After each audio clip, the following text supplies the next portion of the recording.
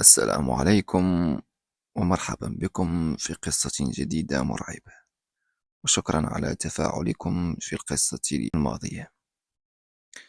اليوم وقبل ذلك سأطلب منكم وضع السماعة والانعزال في مكان مظلم وهادئ. اليوم قصة فريدة من نوعها وحقيقية عن عرس لجن في إحدى القرى البعيدة التي تحيط بها الغابات الكثيفة والجبال الشاهقة. كان هناك رجل يدعى سالم.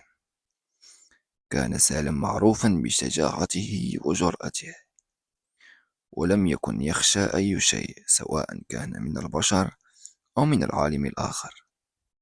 ذات يوم أخبره أحد أصدقائه عن طريق مختصر عبر الغابة يؤدي إلى قرية مجاورة، ولكنه حذره قائلا: اسمع يا صديقي، لا تسلك هذا الطريق ليلا يا سالم.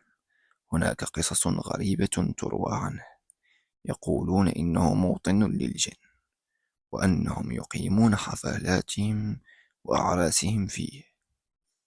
ضحك سالم مستهزئا وقال: إنها مجرد خرافات، سأذهب وسأعود سالما، وسأثبت لكم أن هذه القصص لا أساس لها من الصحة.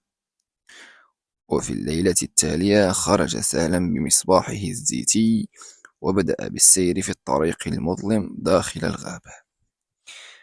كان كل شيء صامتا باستثناء أصوات الرياح التي تعصف بين الأشجار وصوت خطواته على الأوراق المتساقطة. بعد وقت قصير لاحظ سالم أن الغابة أصبحت أكثر ظلمة، وأن الهواء أصبح باردا بطريقة غريبة جدا. فجأة سمع أصواتا قادمة من بعيد، كانت أصوات ضحك وموسيقى غريبة، وكأنها أصوات عرس يقام في قلب الغابة. اقترب سالم بحذر من مصدر الصوت، وعندما وصل صدم مما رأى. كانت هناك ساحة واسعة مضاءة بأضواء غامضة لا تأتي من مصابيح أو نار، بل بدت وكأنها تنبعث من الأرض نفسها.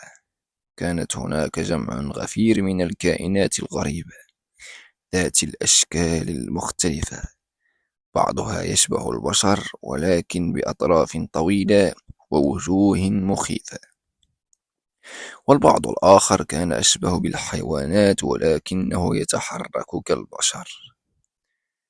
في منتصف الساحة كان هناك عريس وعروس. العريس طويل بشكل غير طبيعي، يرتدي ثوبا أسودا لامعا، والعروس جميلة ولكن عيناها تلمعان بلون أحمر مخيف. كان الجميع يرقصون ويغنون بلغة غير مفهومة. شعر سالم برعب لم يشعر به من قبل، لكنه لم يستطع الحركة وكأن قدميه تجمدتا في الأرض.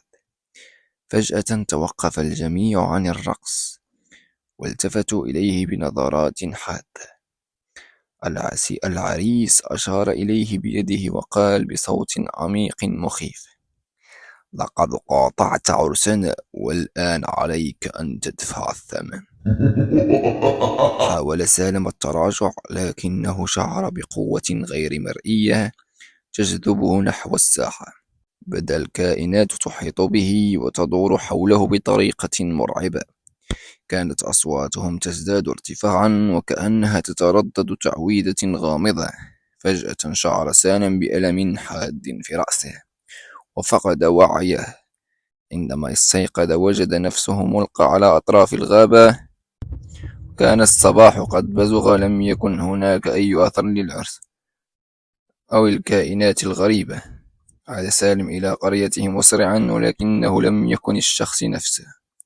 أصبح صامتا ومنعزلا، وكانت عيناه تحملان نظرة خوف دائم.